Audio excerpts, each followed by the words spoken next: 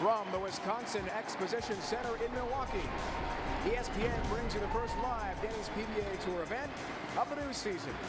It's the USBC Masters, our first major of the year. 4 finalists bidding for $100,000.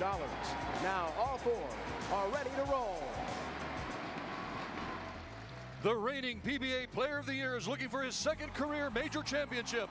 From Simpsonville, South Carolina, Tommy Jones. The reigning Player of the Year says he's back to prove that the last 2 years, when he won a total of 8 titles, was no fluke. That's right! This young gunslinger looks to win his second career major today.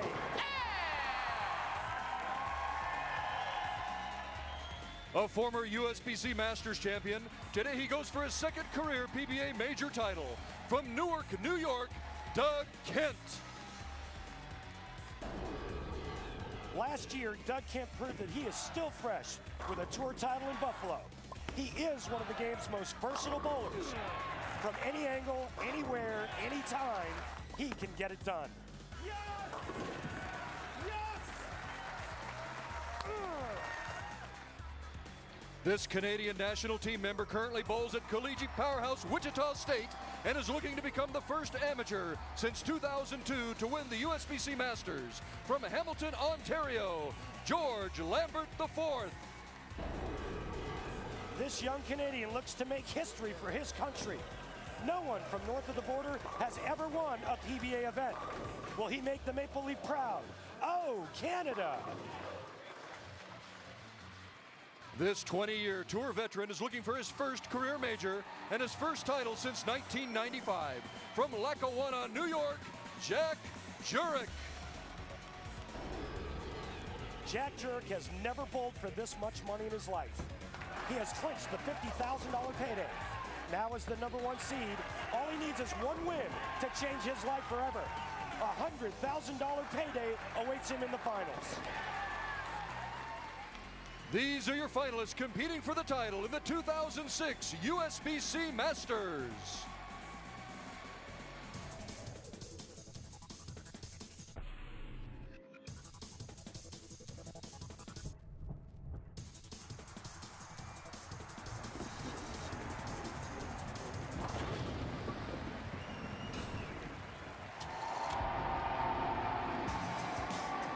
This is the 57th Masters. The first was contested way back in 1951 in Minneapolis.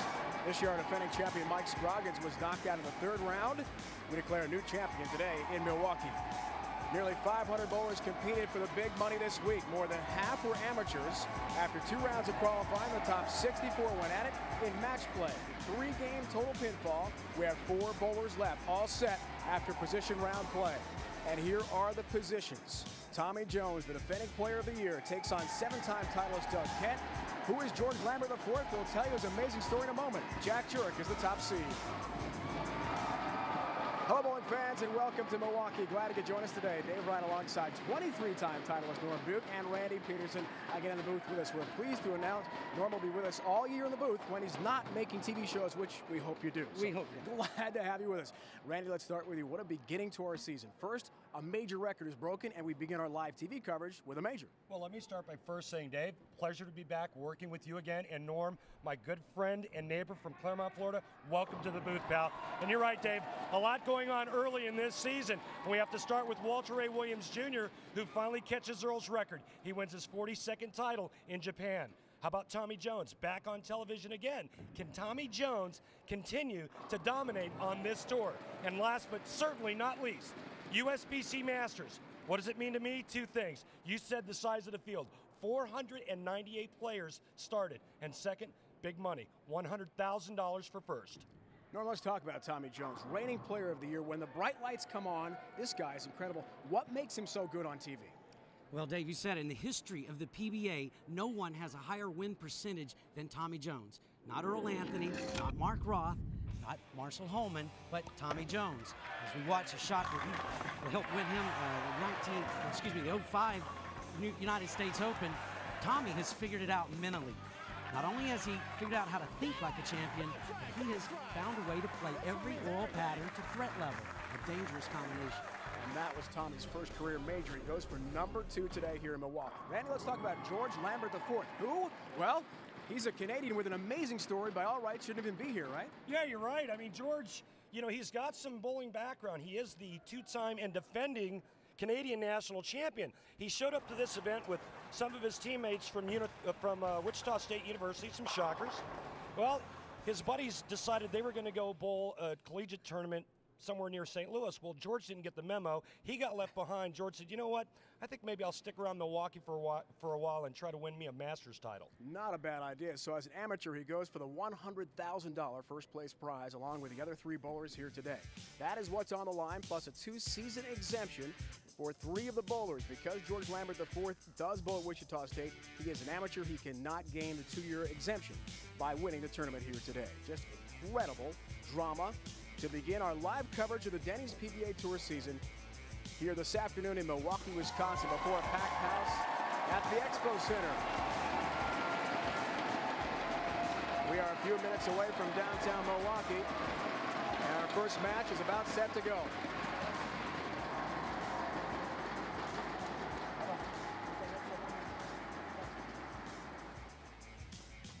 Tommy Jones, it's a lot of fun to watch, a very personable guy. He's one of my favorites. He's got a great personality. He's got kind of a magnetism, so to speak. You know, everybody kind of gravitates towards this guy. He's a lot of fun to be around. He's kind of got that easygoing type of attitude. Just a lot of fun. I really like Tommy Jones. Last year's Player of the Year gets us started with a 10-pin. Wow, what a great shot to open the match with the ring in 10. I think he thought he was lined up on that first shot. To leave a ring in 10, I think it's a surprise. He's not the crowd favorite at all. Tommy coming to us from Simpsonville, South Carolina. You see his match play record at the 4th seed of 4 bowlers on the show. Greenville Spartanburg has his 10-pin. And he's regretting a loss last night for South Carolina with Steve Spurrier. He's a big Gamecock fan. This guy is a huge Buffalo Bills fan from Newark, New York, in the Rochester, Buffalo area, upstate. Doug Kent, 17th year on tour. He's been a member of the PBA since 1988. Does have 1 major championship under his belt. Then loft his ball. Great start, Doug Kent. Well, you don't expect anything different from this guy, Dougie Fresh. You take a look at the averages. Dougie Kent actually out-averaged Tommy Jones this week by 5 pins. You see the high games. Pretty close there, but Norm, who do you like in this match and why? Well, I like whoever starts out lined up because they might get a lead. And right now, Doug Kent looks to be lined up, even though he played all over the lanes in practice. We were a little unsure where he was going to start out. Was it out? Was it in? It's in, and he's lined up, it looks like.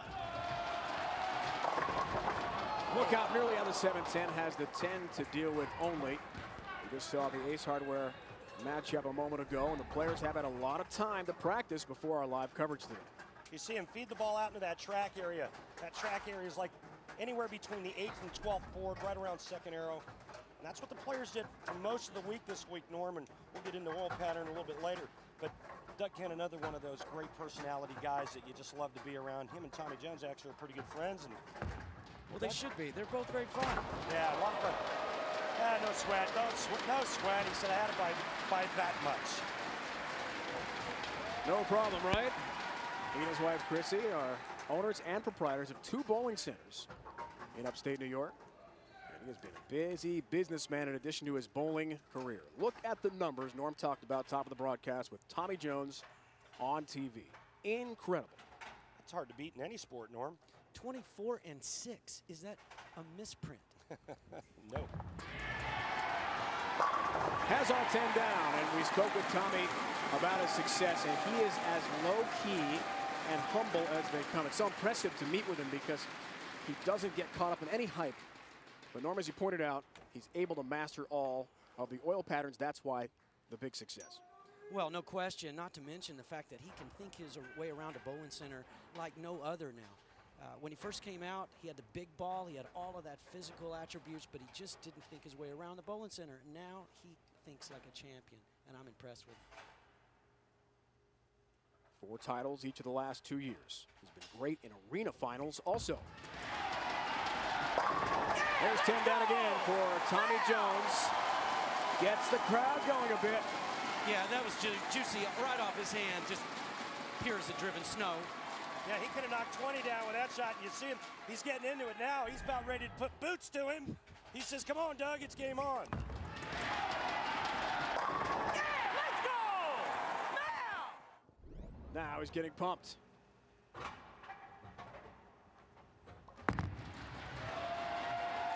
Doug Kent has an answer. And Dave Ryan, Doug Kent made a big change in his game. Doug was always a real slow, methodical approach, 5-step approach. Doug worked really hard for a couple of months trying to get the ball into the swing sooner. So on this shot here, I want you to watch how much sooner Doug is getting the ball into the floor, into the swing. And what that does is it makes his feet go faster. It says it keeps him from grabbing the ball at the bottom of the swing, Norm. Right, and gives him a smoother release onto the floor of the lane. Much quicker that is. Tries to get into that 1-3 pocket, and he leaves the 4-pin. We saw his match play record a moment ago. He defeated Tommy Jones to earn the 3rd seed on this show. 3-game total pinfall, 755, 637. Just beautiful balance. Fallon's one of Doug's trademarks. That plus he's able to play all angles.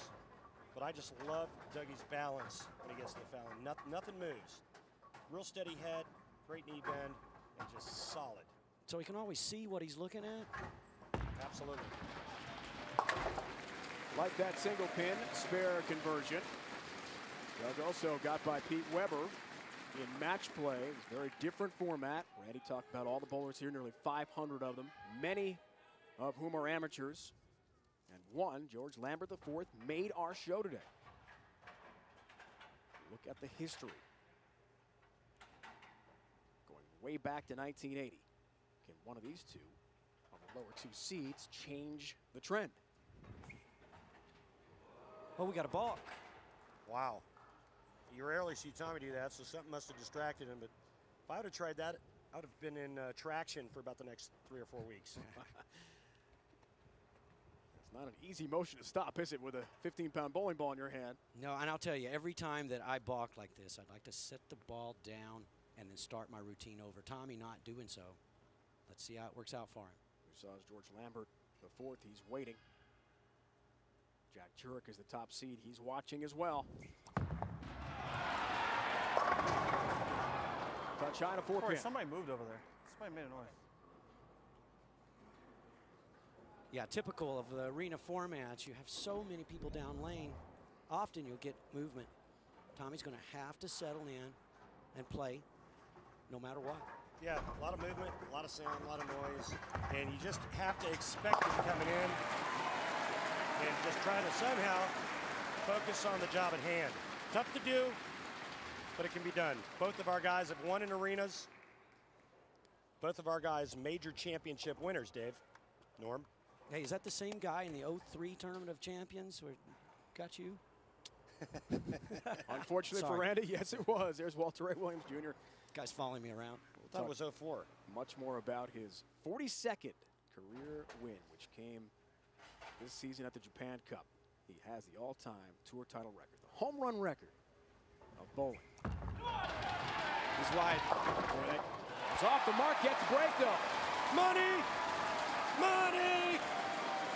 You know, that's what physical ability will get you. An errant shot comes back with a strike instead of a split. Most of us would be shooting the splits at that time. That's when you know you've got your mojo, baby, and he's got it. Tommy Jones has got that winning mojo. I'll say 24-6 winning mojo. 7-1 all time in arena shows as well for Tommy Jones. Tommy's made 4 of the last 6 arena shows. Doug Kent has also performed well under the bright lights. This is a big setting here. Expo Center in Milwaukee. A great crowd on hand. They're waiting since early this morning to get a good seat. Touch high, 9-pin stands. Early on, it looks like the right lane's a little bit drier and the left lane's a little bit slicker. Doug Kent Comes in a little high on this shot here, and both shots on the left lane have been light. Wide on both shots, yeah. And so has Tommy Jones. Wide on the left lane, so. Yeah, but I think that was more due to the fact that he just missed right. Well, he did miss right that shot, but. Dougie looks like he's making pretty good shots. He's just not facing the right way. So the single pin numbers. He'll certainly take 9 spare in that frame and get on with it, though.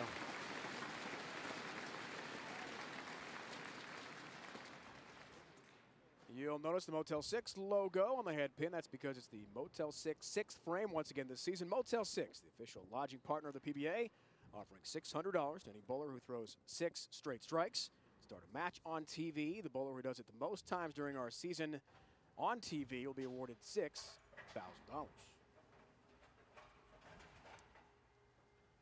Incentive for guys like Doug Kent.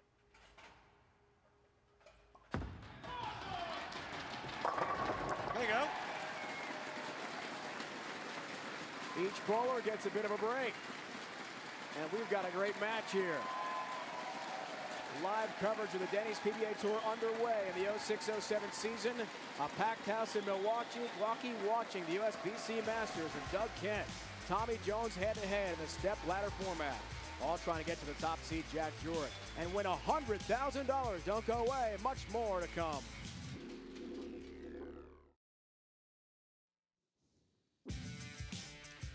The USBC Masters is brought to you by the United States Bowling Congress, ensuring the integrity and protecting the future of the sport of bowling. Bowl with us. By Denny's. Denny's always works. By Discover Card. It's time a credit card put you in the driver's seat. And by Prescription Flomax. A shot there of the Milwaukee Art Museum featuring the Quadracci Pavilion, the first ever Santiago Calatrava design building in the United States. How about that? What was that? I'll explain it later. Tommy Jones, a 10-pin lead. Fifth frame, working on a strike for him. Let's go down now to Randy and Norm talking about the difficulty of playing oil patterns. Norm, let's talk about the strategy that our 4 finalists are going to use on this USBC oil pattern. Now, I'll tell you what I saw this week. I saw guys playing the track, man. Second arrow, right around that second arrow. And tournament leader, Jack Jurek, he likes to go straight, and boy, did he ever right up that track. Not the case, though, for Tommy Jones. No, Tommy Jones also using the track, Randy, but he was using it way far down the lane. Tommy Jones puts a lot of spin on that ball, and he can get it to recover all the way using the track way down the lane. Not so for Jack Jurek. So big hand versus a guy that goes straight, they use the same break point. Now, what about George Lambert IV, newcomer to television? What do we look for? Well, he's played most of the week from the inside part, occasionally migrating inside towards Tommy Jones, but I think he was most comfortable second, third arrow. So I think that's probably where he's going to be today. And let's not forget Doug Kent. Dougie Fresh can play anywhere on the lanes. Let's not kid ourselves. I've seen him pipe it straight from out. I've seen him get inside and hook the entire lane. Where do you see Doug playing today? One of those two, Randy. It just depends on how long that it takes for it to burn up on the inside part. There's a lot of practice today before the shots, and look for Doug Kent to move out if it burns up too much. So if the pattern doesn't hold up, look for the guys to be making a lot of different moves. Some guys could even be moving outside and attacking the lanes from a completely different angle. All right, guys, plenty to look for here. Norm, your fans want you on TV on the big stage out there in the lanes. We're glad to have you in the booth, though. Well, I'm glad to be here, but I'd much rather be down there. Something about that comfort zone. Leading by 10 pins, as we said, Tommy Jones works on a strike.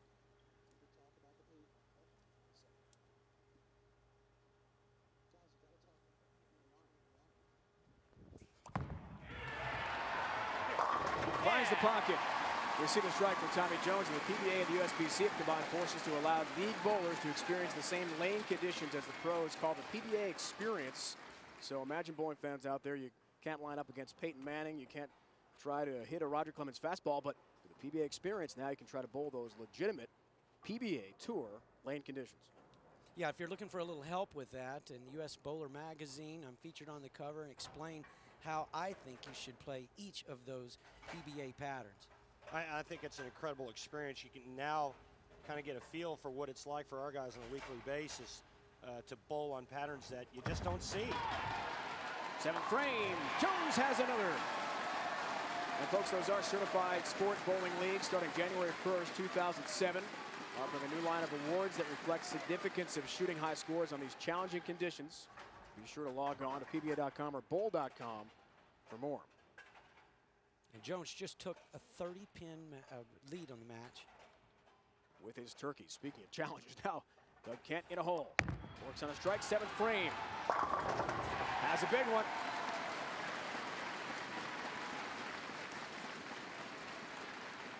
His last title for Doug came in February in Buffalo. Defeated Parker Bone III and Norm Duke. Sorry, Norm. 221, 201 in the finals. And Doug has 7-5 record in title matches. He has won big events. 7 different seasons. He's won 1 tour title. It's spread out a long time. And plenty of success for Doug. Needs the turkey. In frame. Has it. Late hit on number 7. Down she goes. He's carrying those light hits now in that left lane, Norm. No. And now that's... Ain't even, brother. Oh, all right, a little gamesmanship going on. I told you they were good friends. A little slap on the rear end for Tommy Jones. And Doug Kent gets the ball in that little swish zone, blows 5-pin over there a little bit into the 7. And Dougie Kent now can strike out for 249, but Tommy Jones still in the driver's seat. His max score, 269. Right, this is the match for Tommy, these next 2 shots. 8th frame, guys. Goes for the 4-bagger. That's for a 20-pin lead. Oh, he likes it. He should. Norm punching all 10 down into the pit. Excuse me, Dave. Norm, this has got to play into Tommy Jones's favor. You're talking about playing in and getting the ball to return to the right when you throw it right. Well, Tommy Jones is the guy with all the hand and all the power, right? Hey, they're both playing the lanes the same, but Tommy just has more on his shot. Now, that doesn't mean Doug Kent is at a disadvantage because he's going to get the 5 into the 7 also. But it just plays more into Tommy's comfort zone. But doesn't Tommy create a little bit more area, having more hand and more revolutions? You sure would think so. When I get that many revolutions, I'll tell you. No easy matter. Let's go! Let's go! Absolutely locked in. TJ all the way. Well, Doug Kent now, he needs to step up here in the 9th and 10th and strike out to have a chance, because with this hit right here, Tommy Jones is in the 230s. And he knows this is a big shot. If he doesn't strike on that shot, Doug Kent could get up, strike out 9th and 10th and lock it. And win it. Now it doesn't matter what Doug does. He can't shut out Tommy Jones. No, but he can make Tommy Jones strike in the 10 frame. Yes, he can. To win the match. Goes for a 4-bagger, 9th frame, guys.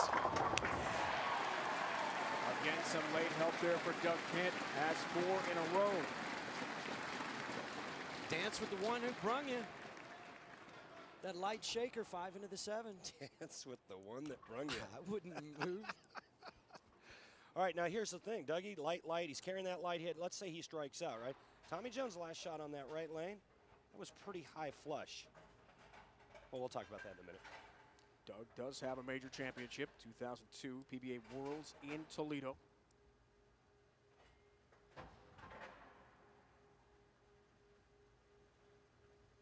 It's been in the big moment before.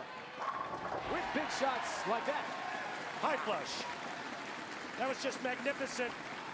Right out of his hand. That was 10 back. What do you think, Norm? Well, you know, I think all of this was immaterial until this 11th shot. Now he needs this one to force Tommy to strike. I mean, at this point, Tommy has to mark. But for Tommy Jones just to need a mark, that's not enough, I don't think.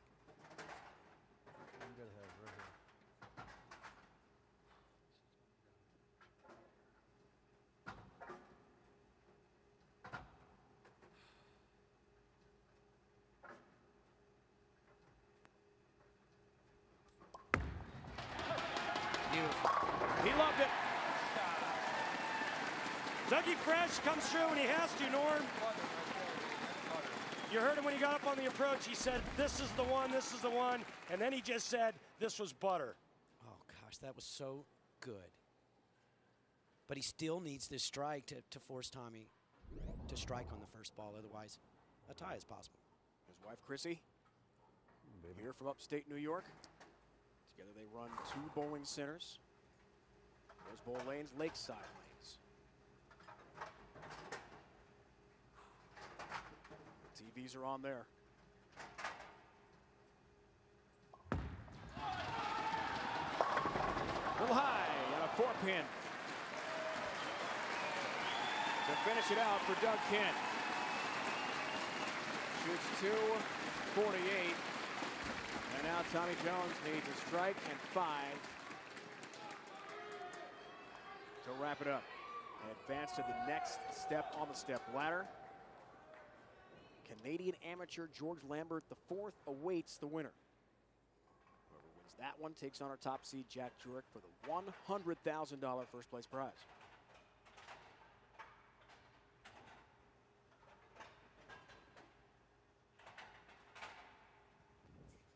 Here's a money shot. Missed way right. A split. Done. Wow. Threw it bad, Norm. You got it way right.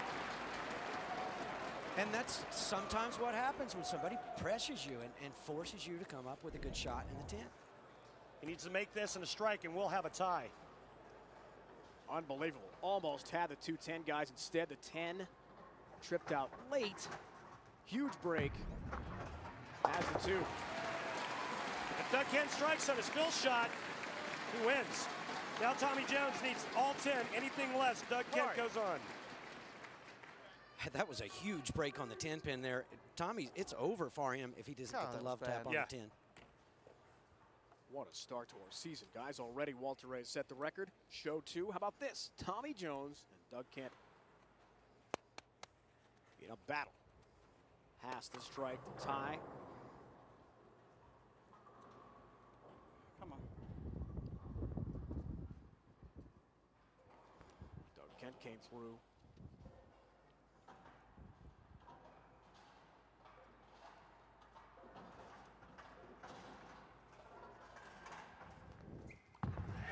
Tommy Jones. Good shot. You bet. Man, he looked like it was nothing to throw that shot. It looked like it was harder for him to throw the last shot than that one. Well, it was because he missed so poorly the one before. It's like he got a second chance at it. You know, how many times you made the second putt, Randy? Now, guys, what is more exciting in bowling than a sudden death roll-off? 1-ball roll-off here to see who takes this match. What's more exciting? Ladies and gentlemen, by USBC rules, all ties on our telecast must be broken by a 1-ball sudden death roll-off. The higher seed will get choice of starting lane and order. Mr. Doug Kent. Mr. Kent has elected to start on the left lane. Keep in mind, if they both tie on the left lane, they will move to the right lane and continue the process in the same order, alternating lanes until the tie is broken. Our tournament director, Kurt Von Kruger. Here are the roll-off rules, folks. Buckle up and get ready. We saw the higher seed, Doug Kent, made the choice of the left lane. One shot, plain and simple. Higher pinfall takes it and advances to the next round. I want to answer your question. What's more exciting than a roll-off? Watching somebody bowl 300 on TV. That's my opinion. Norm Duke's done it. I like them both. 3-0. Perfect in his career.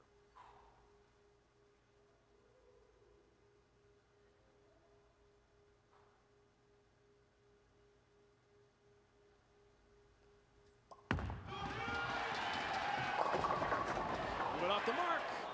2-pin. So a strike will win it here for Jones.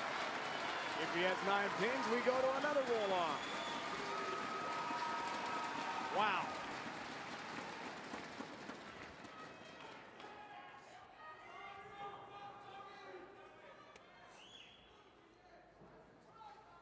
Also an excellent record, career roll-offs.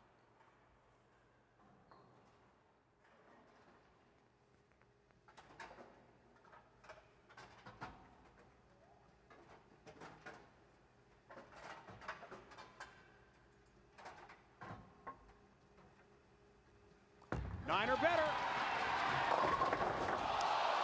6. Wow. And Doug Kent wins the match. Off his hand, Randy, I liked it. I thought he had plenty on that shot to get back. Ball never hooked. Never hooked. Either he missed it just here at the bottom or he just threw it way too hard. In thrilling, emotional, dramatic fashion, Doug Kent has advanced to the next round. He'll take on George Lambert IV, the Canadian amateur. What a finish to our first match. Live coverage of the Denny's PBA Tour. Doug Kent advances.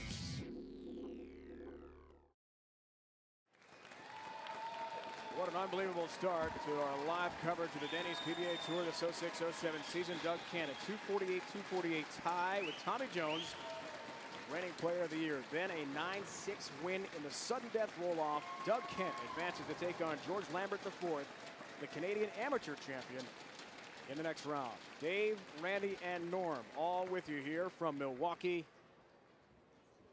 witnessing an incredible start. Don't forget, next week, Norm Duke returns to Taylor Lanes to defend his title. Good luck, Norm. Thank you. As the PBA visits this bowling center for a 7th consecutive year, 20th time overall, suburban Detroit.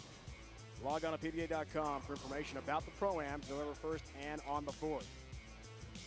And then on the road with the Atonic Championship, AMF Thruway Lanes, Cheektowaga, New York, near Buffalo. Plays host to the pros for the 2nd straight year. Guess who's the defending champ of that event? Doug Kent, who just won here today, including Tom Baker, Jack Jurek, Brad Angelo, Joe Ciccone, Liz Johnson as well will try to get a win there. Well, the Tour Trials very exciting this past June. Players battling for their careers. The place, Hammond, Indiana. The event, the PBA Tour Trials last June. On the line, 10 exemptions for the 06-07 season. The format was grueling. 45 games in 5 days on all 5 of the Tour's oil patterns. The top 10 made the exempt list.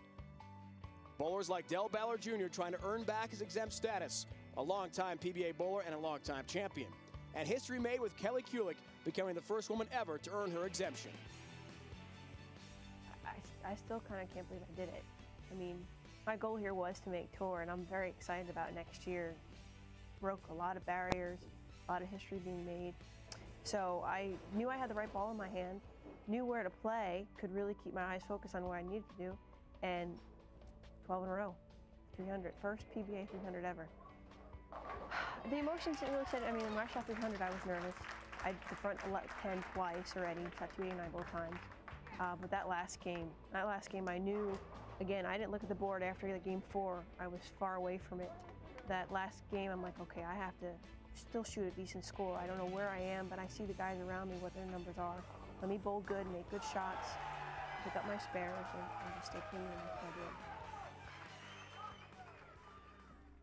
did. Today was so hard.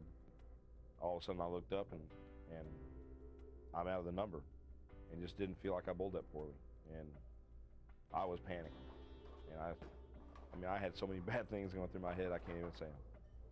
I knew I needed to, I mean, I had heard Billy Oatman shot 180 and what his number was. And so I knew I needed 186 or better. And I was on 189 pace at that time. So I knew if I stayed clean and could strike spare, I'd be in by 3. But I told myself, I don't want to have to shoot a spare to make this thing.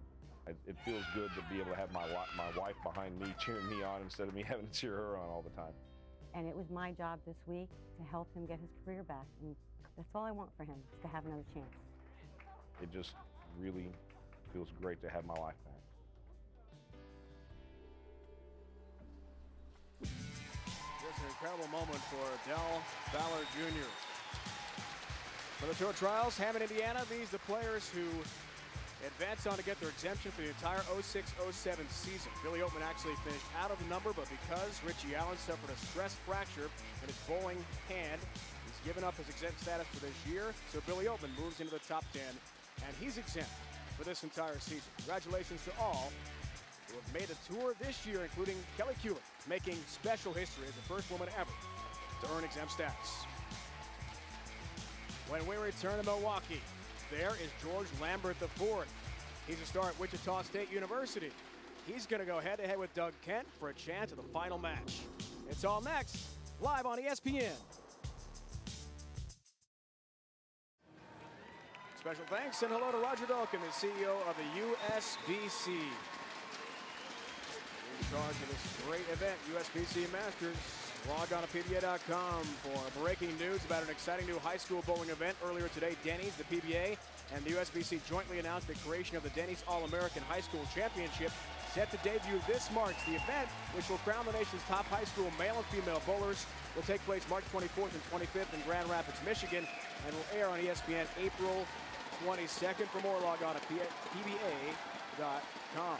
So we're set. Match 2. George Lambert IV from Hamilton, Ontario, Canada, has never been on live television, Norm, until right now. He faces Doug Kent coming up, an incredible match with Tommy Jones. Yeah, Doug's obviously got the momentum going, but you just never know about somebody that's the first time on television. A roll off for Kent, getting by Jones. Match 2 for Doug. A little break on a high shot. And he's got the 6-10 ready. And to me, it looked like the lanes started to kind of go towards the end of that last match. You saw the guys kind of go light in the roll-off. I watched them in practice. George Lambert looked like he had a tough time getting to the pocket. Same for Doug. Same for Doug. And Doug also went left and played a couple of practice shots on lane 1 and 2. Both probably slicker than championship pair. That might give him a false sense of security of having his ball hold on the practice lanes, but not on the real ones. It just seemed like if they got a little too far to the right, ball's going to hang now. Certainly. Well, why is that? What happens? Is oil moving down the lane, Norm? Oil is carrying down and carrying out. Every ball that they throw out toward that track area carries down and out, and it retards the ball's hook. Here he is, folks. George Lambert IV. His parents, George III and Trudy Lambert, making the 11-hour drive from Hamilton, Ontario, Canada. Watch this moment. Way high, and 3 left for George. And like all of my Canadian friends in Toronto, George is no different. Great personality, great sense of humor, and that's what I think I love the most about the people from Canada. But what about his hair? Got great hair, too, Love buddy. the hair. Great hair. Hey, don't hate, Norm. Don't hate. Love it. As a sophomore at Wichita State, as Randy said, he should be in a St. Louis area collegiate tournament right now with teammates. Picks up a spare nicely. 3-6-10. Instead, he's here in Milwaukee on live national television as the 3rd seed beating the 2nd seed, bidding for $100,000. The Ace Hardware matchup, Norm. Break it down for us. Well, Norm, let me. Watch this. See all those TV final appearances? Only one for young Lambert. Norm, the bottom line is you were the youngest player ever to win a PBA title. You won your first time ever on television.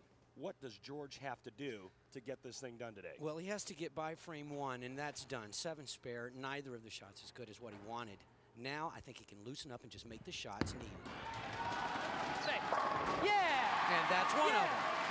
Yeah! Play a little bit further right, too. So he knows something the other boys don't know. Remember, we talked about in the old pattern, if the middle part of the lane starts to get a little funky, make that big move right. Well, he's further right than Doug is. Hey, we know nothing he doesn't know.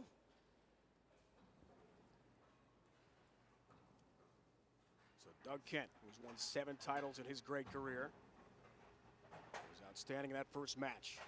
Pressure, shots. Now takes on an unknown. An amateur. 7-pin for Kent. That's a pretty good shot. He did hook a little early. He tried to go high, but kept him flush some, leaving a solid 7. Bad break, nonetheless. Looks like he's moved deeper, Norm. He's got and created more angle. You see that little dark strip down there? That's the 2nd arrow. That's the 10th board. He has, just inside of that now.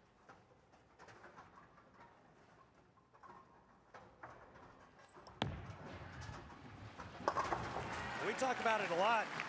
It's that, you know, when you have those rangefinders down the lane, watching the guys, you know, get that ball in that same breakpoint area, and when the lanes start to break down up front, they move in to try to find more head oil. Their angle increases to the right, but they're still picking up the same spot down the lane. Yeah, and that spot might move incrementally, a board here, a board there, but not like the early target, which moves dramatically left. Doug has 2 arena titles, plenty of experience in this sort of setting, so as the guys pointed out, knows which moves to make. There's a good one. He liked it all the way. Late trip on the 10 for Doug Kent, coming off a very good season. 4 top 10s, the title in Buffalo over on Norm Duke in the final. How dare him? How dare him? What was he thinking? Remember, guys, we see George's information. Doug was actually considering last year maybe being his last year on tour because he had the 2 bowling centers he's managing with his wife, Chrissy.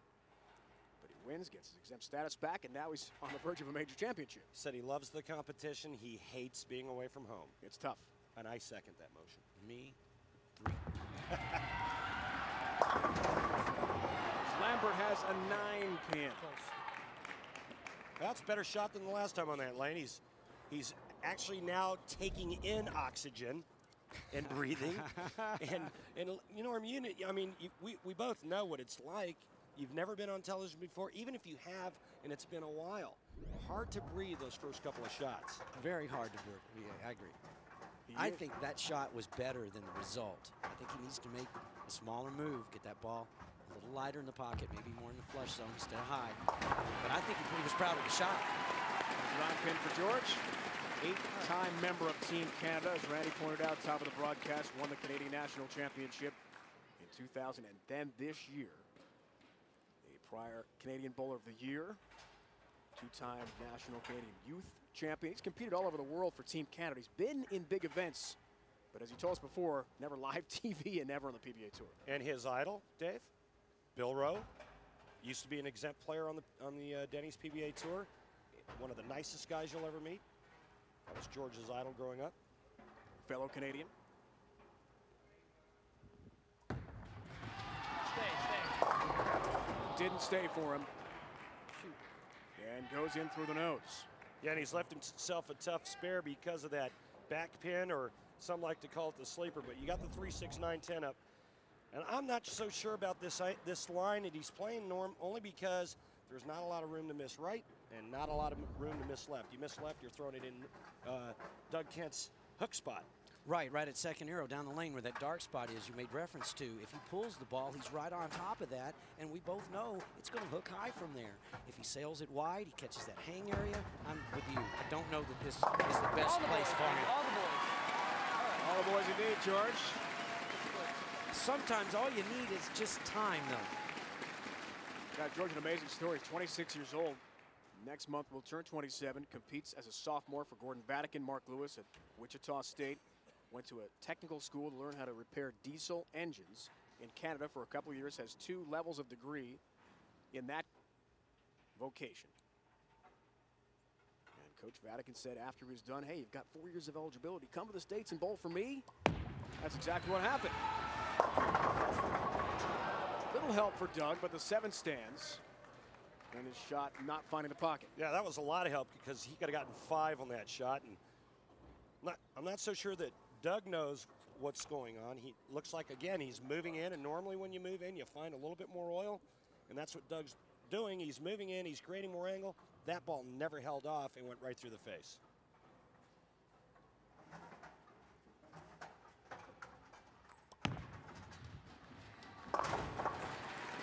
Has the 7-pin.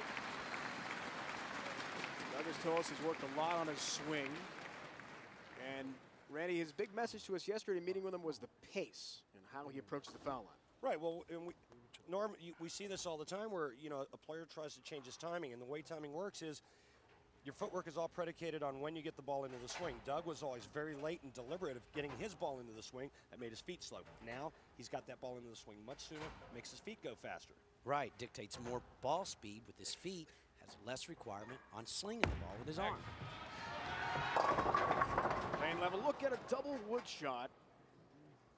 2-8 now for Doug Kent to contend with. Norm, what's going on? You bowled this week. The guy's got that light, high thing going on. Well, they are in the middle of what we call transition. And transition is, we don't know whether it started hooking and we can rely on the hook, or it's about to start hooking and we still have to rely on the hold. They can't rely on either right now, so here we go. 2 strikes and 13, 12 shots. Total change from the first game. What a switch. Shot. Covers nicely. We're getting back to Doug and his pacing. We asked him, did he watch the tournament in Buffalo, the ESPN replay? on tape. He said, I hate watching myself on tape because my pacing always changes. I don't want to go back to that. Always looking forward as Doug Kent. Did Doug just say it's about time to go to the full wheel? Is that what he's saying?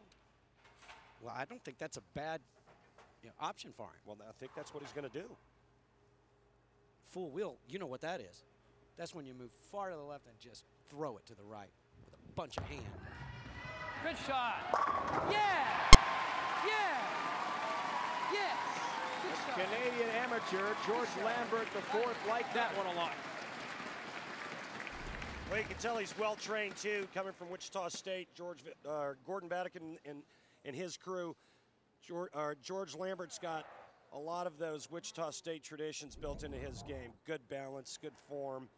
I.e. Patrick Healy. Yep, Patrick Healy, Chris Barnes. You know, guys that make shots, guys that try to hit what they're looking at. Still heads. Yep. That program, guys, won 14 national championships, 7 for the men, 7 for the women. Women won it last year. Yeah, you don't go to Wichita State to learn how to drink beer. You go to learn how to bowl. High shot. Did not like the ball reaction. Well, it's a good thing that both of these players can spare very, very well. They've got 3 strikes so far in the game. Both of them right near par. And it's always nice when you go through the nose and the only thing you have to shoot is a 3-pin. Well, that's a good point. Finishes up. 6th frame. He goes for the Shocker program that has been ranked #1 in the nation with the men 33 times. They've produced 87 All-Americans. 11 players were on tour from Wichita State. That's an amazing tradition. Can he continue that magic here today for the Shockers? Doug Kent stands in the way, and Jack Jurek, the top seed, awaits them both. The USBC Masters is brought to you by Bear. The more you know, the more you trust Bear. By Geico, 15 minutes could save you 15% on car insurance. Visit geico.com. And by Columbia 300, the official PBA supplier of high-performance bowling balls. Columbia bowls the world over. We are located on the State Fairgrounds, home of the Milwaukee Mile racetrack with 100 years and accelerating of tradition. They race IRL, NASCAR trucks, NASCAR Busch Series, Champ Car Series, all run a race on the oval track right next door. And we're back inside the state's largest exhibit hall, the Expo Center here in Milwaukee, Wisconsin. Let's go to the Atomic Edge as we see the score of this second match. Doug Kent by a pin over George Lambert IV. Randy, the subject is our young Canadian. Yeah, let's take a look at this Shocker from Wichita State. Obviously a great setup. Again, well coached by the university team. Look at this beautiful position at the top of the swing. And again, the great balance, keeping his head steady and his eyes on his target. Pretty good fundamentals there. The Atomic Edge with George Lambert IV in a great match here. USBC Masters live coverage of the Denny's PBA Tour begins today here in Milwaukee on ESPN. The winner of this event takes home $100,000. All but Lambert IV, because he's an amateur, can win a 2-season exemption. Doug Kent back up. Perfect shot. What do you think, Norm? Is it the big wheel now? Is he going to move in and just strap on it as hard as he can, or is he not there yet? Not there yet. He has moved left and he softened his speed up. Never missed a pocket in the first match, and right now he's 50%, and that's the kind of transition that happens in ball patterns. And you got to stay up with it. You have to not only move your feet to the left and back to the right occasionally, you have to up and down with your ball speed. Both players fighting that right now. 7th frame, guys. Double here for Kent. Goes for it. Has some help on number 7. Yeah, baby. Norm, to me, it looked like he's getting his hand to go around the side a little bit more. He's going to try to create some more hook. Right, but the big wheel is a couple of games from now, I think. Right now, he's just trying to get that double.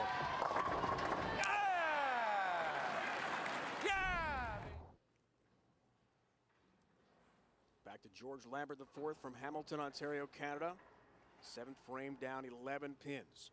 He can competed here last year, finished 191st. I mean, what a turnaround. Tie shot. 3-6 up for George, the sophomore at Wichita State, who's studying business with a concentration in human resources. Says he's learned so much bowling collegiately and has that incredible international experience as a 26-year-old already. 2 silver medals at the Pan Am Games. He has been all over the world. Australia, Argentina, Costa Rica, Thailand, the Netherlands, Cyprus, with Team Canada. Look at it. And Dave, that's what collegiate bowling will do for you. You got aspirations to come out and be a professional bowler, that's great, but you know what? Go to the university. Do the university thing first.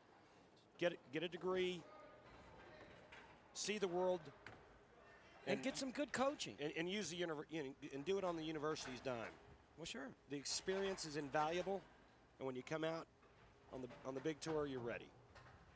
Imagine this. He finished 10th at a recent collegiate event, the Mid-States Collegiate Tournament in Wichita. 10th amongst collegiate bowlers. Now here he is, a chance to win $100,000. With shots like that, he just might do it. Finally gave that shot a little room to the right, and you can see the results.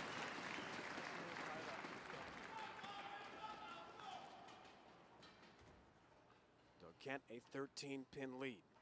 8th frame, each shot critical, goes for the turkey. Chance to go up 23. It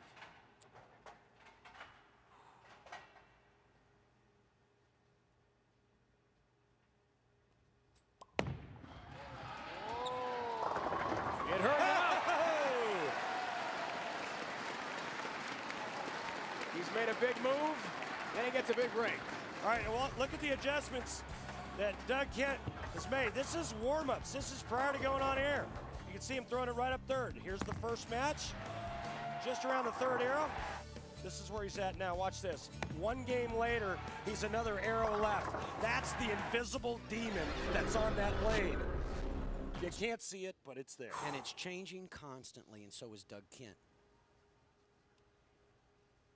Bowlers at your level, guys, have to constantly adjust. It's all about strategy and anticipation. Which one will adjust the best? Yeah! Another huge strike. 4-bagger for Kent. Norm, it's almost time for that song. You know which one? Yeah, the one that Texan guy sings all the time. Yeah, come on, give me a few bars. Turn out the lights. That's the one. Party's over. That's the one. Not yet. Okay. Sunday afternoon bowling. We got our own Danny Don here in the booth. Well, you're an East Texan, right? So I've watched come on. him a lot of times on Monday night. It's a big shot. Goes for the double. 9th frame. 60 feet to success. In any language. In any country. You know what, Dave, that last shot that he threw on the left lane, he got it a little bit right. It hooked back. I think that's why he just made as good a shot as he just did there. George has been on taped TV before collegiate. Never on live television. Never on the Denny's PBA Tour until this moment. His story, extraordinary. He needs them all. That's simple. And some help. Yeah. His father, who made the 11-hour drive from Hamilton, Ontario. Watches this.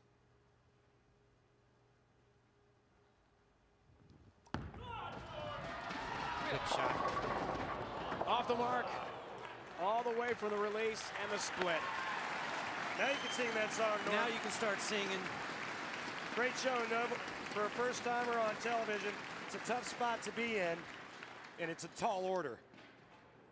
It is a tall order, and he caught the lanes right when they were in transition. Yep. That's a confusing thing.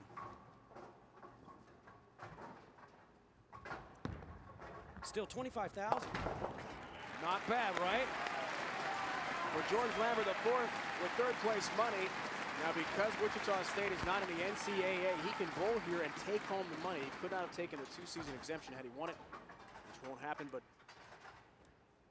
25,000, American or Canadian, not bad. Well, 25,000 US would be like Like 30,000 Canadian, no? Quite a bit more. What's the exchange rate? They're getting closer, Dave.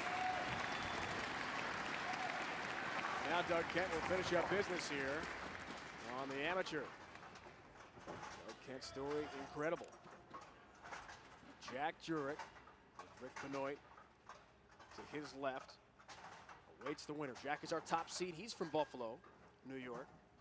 Doug Kent from Newark, which is in the Rochester, Buffalo area. Two upstaters are going to go head-to-head for $100 grand here. Dougie's in that zone right now, Norm. You know what zone I'm talking about. Yeah, it's the one where you get the first double and then you take it off the sheet every time. And yeah, you got to like his reaction, his look, his composure. So guys, I'm interested by the adjustment Doug has made because he was fishing for a while there. Well, he started out, he just followed the lanes, and then he decided to go to a lot more hand and really open it up. And my concern is Jack Jurek likes to go straight. What's he going to do? Yeah, he's got to fight being in the same trouble that Lambert was in. Right in the middle of the lane, one ball sails, one ball hooks early. Jack's going to have to move in. One more, Jacob.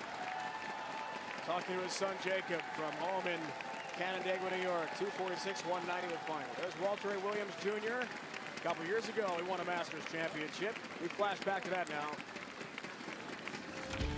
We flash back to 2004, Reno, Nevada. Dream matchup in the finals of the ABC Masters. Chris Barnes against Walter A. Williams Jr. Walter A. had a fabulous start in the title match. The front 8 to put all the pressure on Chris Barnes. And in the 7th frame, Barnes left a big split. The 4-6-7, and Walter A. had his 6th major championship.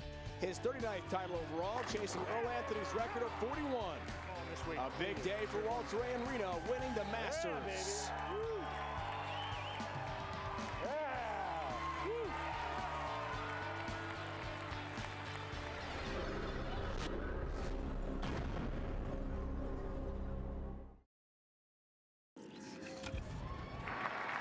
Earlier today, two great bowlers honored by PBA CEO and Commissioner Fred Schreier, presenting the Rookie of the Year to Bill O'Neill from Levittown, Pennsylvania, who led all rookies in points earnings and match play appearances last year. And then Tommy Jones, the Chris Schenkel Player of the Year award winner, who has now won 8 titles over the last 2 years, a tour best 4 titles last season. So as we wait for our championship match here in Milwaukee, we have a chance to honor the great Walter A. Williams Jr., whose incredible career now has 42 titles in. Let's look back at his amazing career to this point. The career for Walter A. Williams Jr. started back in 1982, and at humble beginnings, he won all of $25 his first year on tour. Little did anyone know, one day he would own every major record in tour history, including most tour titles. Last year, he finally tied Earl Anthony's record of 41 at the World Championships in Indianapolis against his longtime rival, Pete Weber. And then just last month, he finally set the record.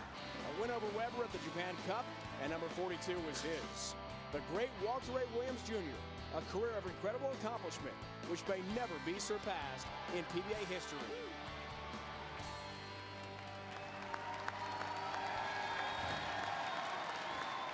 No question about it, probably never to be surpassed. And Fred Schreier, the CEO and Commissioner of the PBA, and has a special presentation for Walter A. Fred. Thanks, Dave. Walter, I know bowling fans have enjoyed watching you these last 24 years, and you've given them tremendous enjoyment with the way you've played and competed, and the accomplishment that you made last month in Japan is a great tribute to your endurance and your talent and your skill. On behalf of the PBA Tour and our title sponsor, Denny's, it's my great pleasure and privilege to present you with a little memento to memorialize your accomplishment. Thanks, Walter. Thanks, Fred. Congratulations. Let's take a look.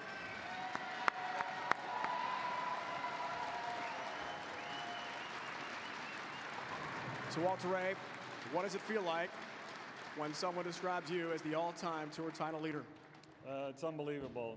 When I first started bowling many years ago, I just enjoyed bowling, knocking those pins down, and got good at it. And then watching the guys on TV, it's like, hey, that's what I want to do, make a living bowling. Fortunately, I was able to bowl well enough and stay out on tour, and then got to be Player of the Year one time, and then again and then again, and managed to just keep bowling well over all these years. I think part of it's my desire to compete and obviously desire to win. And all these young kids keep pushing me, and I'm still trying out there trying to knock the pins down more than they do. But I just like to thank the USBC, the PBA, Denny's, my sponsors Dexter, and now Mo Rich, and all my fans out there for supporting it. All of us, not just me. Thank you. Without you, it wouldn't be here. Thank you. Congratulations, Walter Ray. And the best luck this year. Walter Ray Williams Jr. has his 42nd career title. We're coming up on the championship match here from Milwaukee, Wisconsin. Who will take the 2006 USBC Masters? Will it be Doug Kent or the top seed Jack Jurek from near Buffalo, New York? One bowler takes home $100,000 next.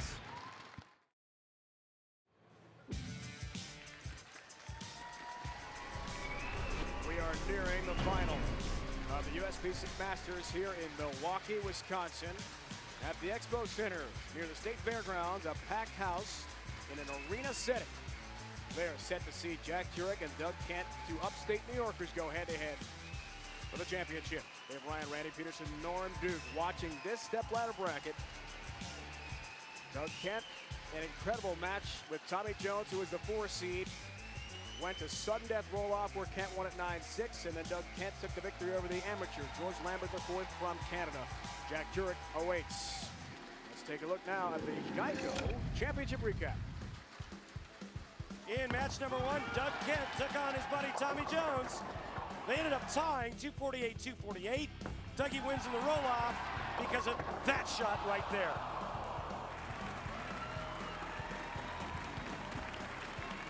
In match number 2, Doug Kent takes on George Lambert. This is a brilliant shot in the 7th frame to seal the deal. Doug Kent wins 246-190, setting up a great championship match at the 2006 USBC Masters. For Jack Jurek and Doug Kent, a 2-season exemption awaits. A major title, Doug has one of those. Jack Jurek has won all of 1 title in his career. And that was back in 1995 in Windsor Locks, Connecticut. The Tums Classic. It's a long time between wins. Jack is the top seed, has been able to sit and watch the others knock each other off. Now Kent and Jurek for the title. 10-pin. And Norm, we got 2 guys from New York battling it out. You know what I'm talking about? I know what you're talking about. You guys have it all wrong. I'm a New York guy. Yeah. That's a New York City accent. These guys are from Western New York. Hey, upstaters. Okay. Totally different. Okay, I'm sorry, Dave. But a good try, though. Like the accent.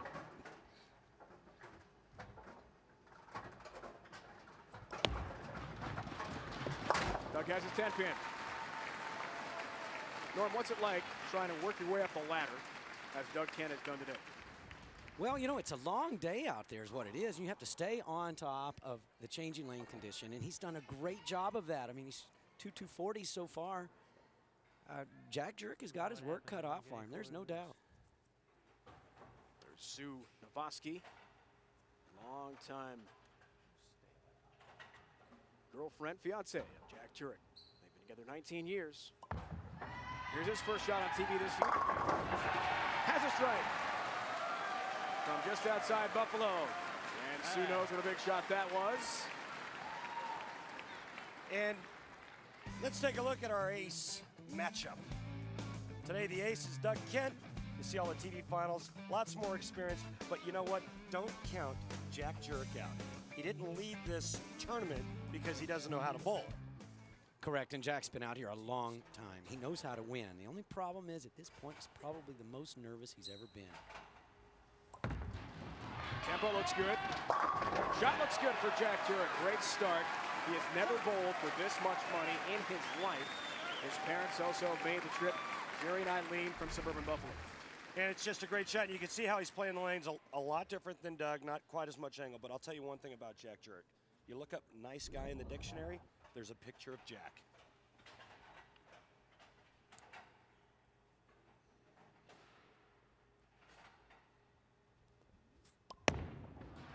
That's Doug Kent. Gets a 10-pin. He liked that out of his hand. You see that incredible ball reaction, just turning on the backside of the oil. Yeah, and that's a result of his hand going around the side of the ball at release instead of staying up the back. So that creates all that side roll, and that gets the ball to come back. And Doug doesn't like it when he makes good shots and doesn't strike. Neither do I. Nor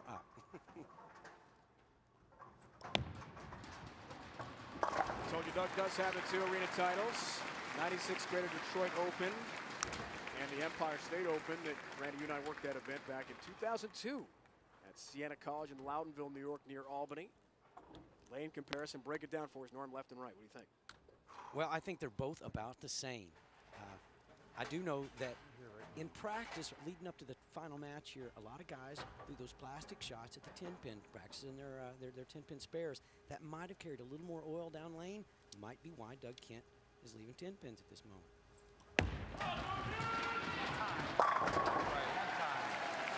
One time is right, Doug Kent. Perfect shot, blitzes the rack there.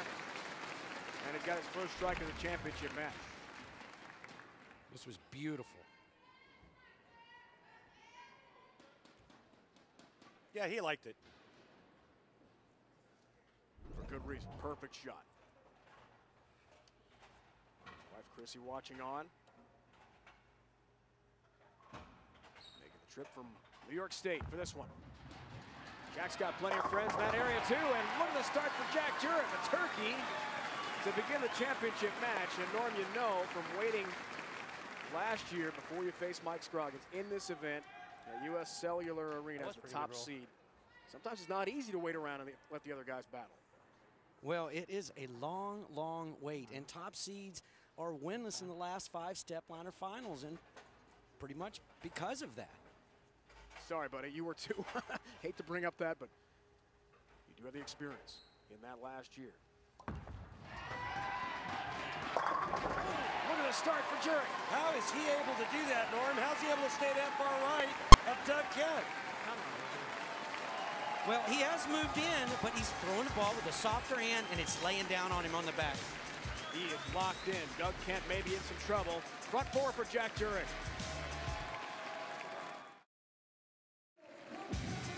What a start for Jack Jurek in the championship match. The front 4, a perfect game going for him. Head-to-head with Doug Kent. Championship match here. Hit the lane Sunday afternoon. Coverage of the PBA continues here on ESPN. The Motor City Classic, the best bowlers roll for the $180,000 purse. PBA bowling on ESPN at 1 Eastern. For more, log on ESPN.com. The defending champ, Norm, going for another title. Would be your 24th, Norm. Good luck next week. Thank you. Back to Doug Kent here. Facing Jack Jurek, who's won all of 1 title in his lengthy career. What a story we have brewing here. It did, Doug. And that's the strike he needed, perhaps, to get his game going. Doug says, hey, you know what? He started with a front 4, but I'm not going away. Son Jacob back home, freshman in high school watching. Just finished up his golf season as a freshman.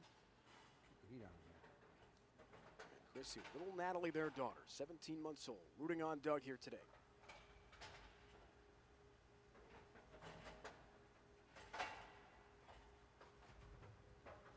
He's down 21. Oh, push, lock. Make it 11. And he's right back in the match. Remember last year when Doug won, and I was on the floor doing the interview, and little Natalie kept grabbing the microphone? That was classic. That was hysterical. I'll tell you what. Doug Kent is right back in this, and he's putting out a little notice to Jack Jurek that says, it's game on now, Jack.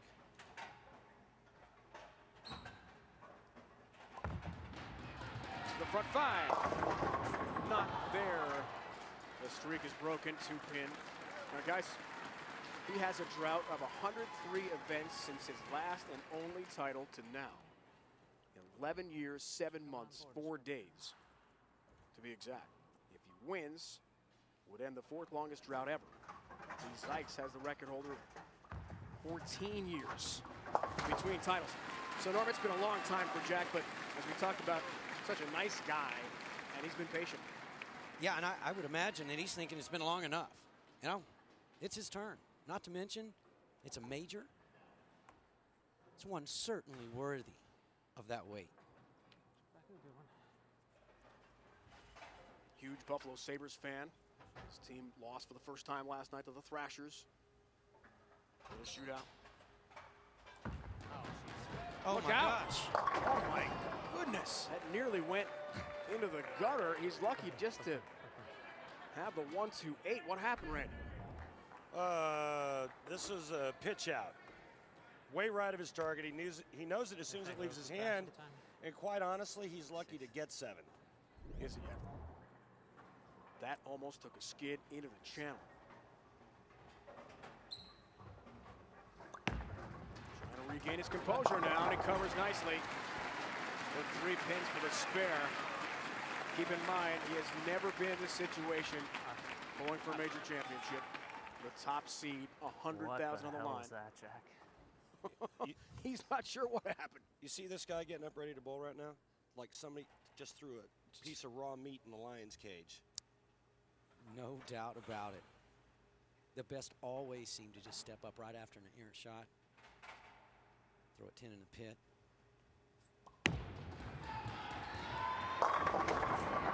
10 pin! Baby! What time? Across the deck for number 10, and this hungry cat takes a bite. Right here, Doug Kent doing his best Billy Bob Thornton sling blade imitation. I sure did give that 10 pin a couple pretty good whacks.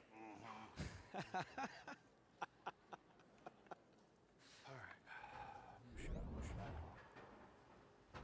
he's got to quickly discard that emotion and move on.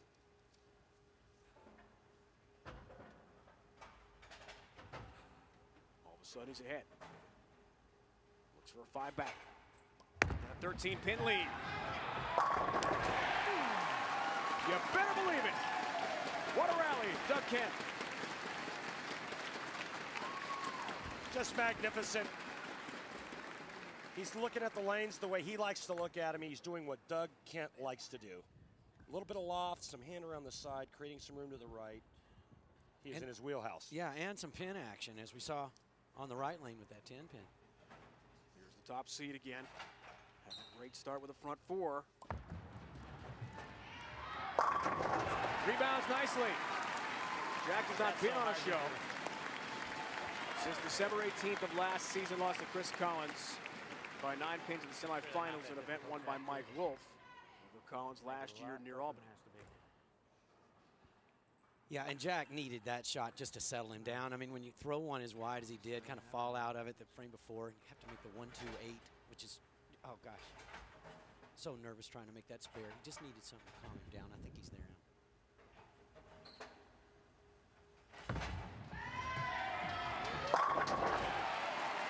Way to go, Jack. 2 great shots back to back. Double, Randy. That is huge. What a rally for Jack Jurek after 2 straight frames without a strike. The bowling scintillating here. Jack's trying to disprove the theory of nice guys always finish last. It's been a long time. Look at that.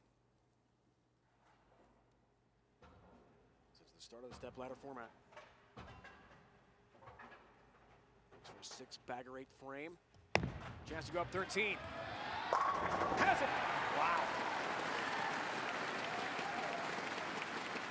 It's on autopilot right now, Norm. He's just dialed in. Forget it. Yeah, that was his Sunday best there, and 3 or 4 more. Enough. I mean, with a strike here in the 9th frame, he could all but lock this up.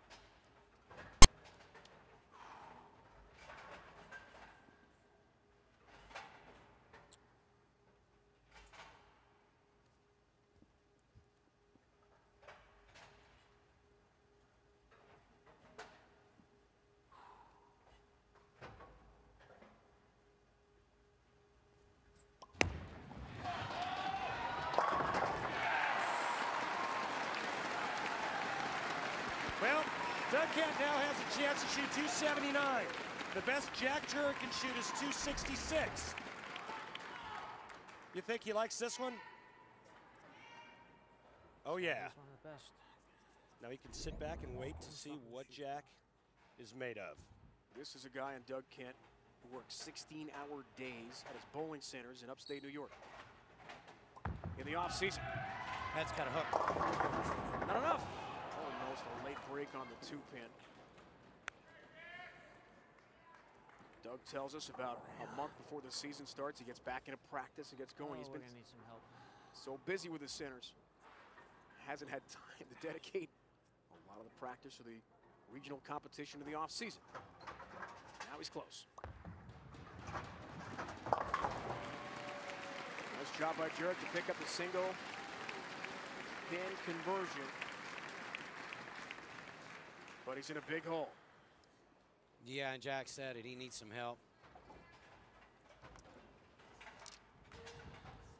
245 if he doubles in the 10th here. That would force Doug Kent to get count and a mark. This is Jack's first ever arena show. Wasn't sure how he'd react. Off the mark. Done. Look out. Done. That's it. Done. Doug Kent wins sitting on the bench. Doug Kent has taken the USBC Masters. It'll be his second major. He'll win $100,000 and a 2-season exemption. Dougie is fresh. Fresh! And the miraculous run and that washout. Great pickup, by the way, on that one. And a great week for Jack Jurek. One of the nicest guys you'll ever meet. His girlfriend of 19 years, Sue, is one of the nicest and fun people you'll ever meet. Yeah. Just good people. And, you know, you always pull for guys like this on the PBA Tour. Tough for Sue to watch this one, but he'll pick up on the 1-2-4-10. Still $50,000. As Jack told us yesterday, Sue has the ability to redo their kitchen now that he's won the $50,000. Yeah, she'll help Jack spend that 50 grand. Tremendous week for him. And little Natalie has made the trip again. Doug Kent, little daughter, 17 months old, with wife Chrissy. They can laugh and breathe out a sigh of relief now because Doug just needs 4 and he'll wrap up his second major.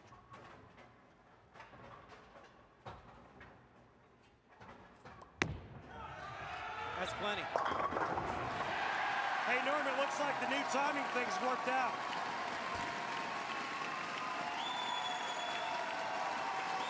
Well, I know this. Doug Kent, 248, his lowest game on television today. What great.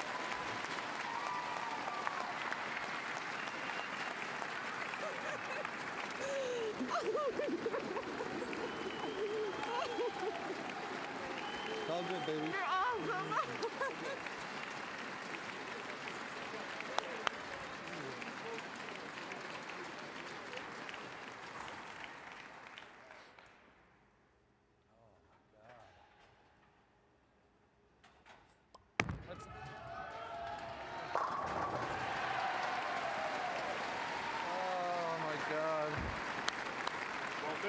Natalie doesn't know it yet, but Daddy just won a big chunk of change.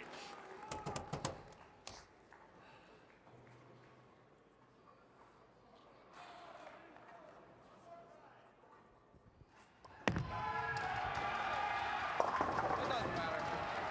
Dad, thanks, baby. 277. Good job, buddy. Good job. Good job. Thanks, man. You did too. You too.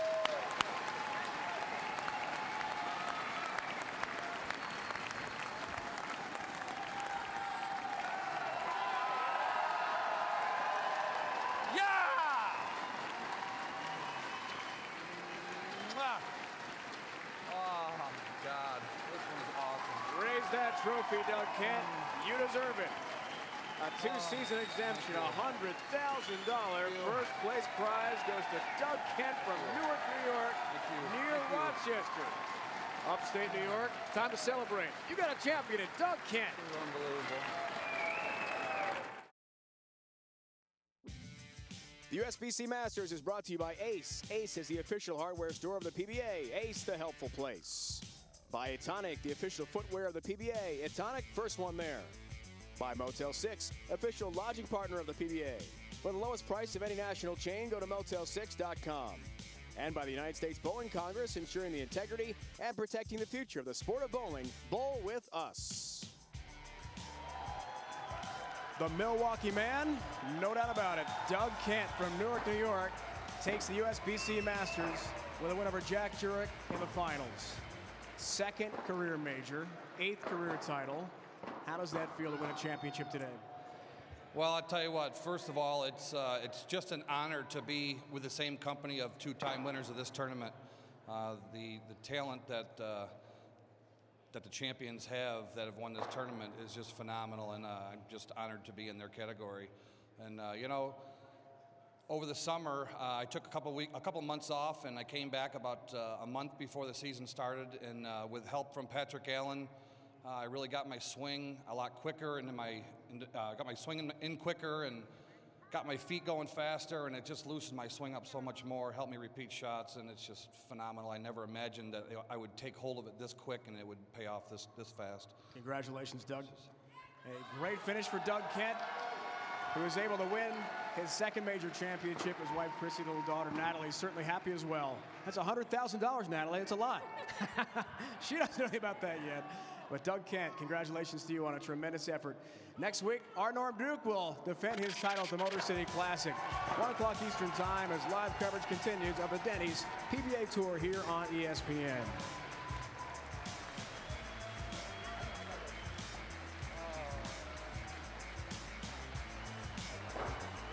So Doug Kent takes a tremendous matchup with Jack Jurek after a sudden death roll-off finish with Tommy Jones, which was thrilling as well. And he takes this event, winning his second major. It's been a presentation of ESPN, the worldwide leader in sports. Be sure to join us next week. Taylor, Michigan, outside Detroit.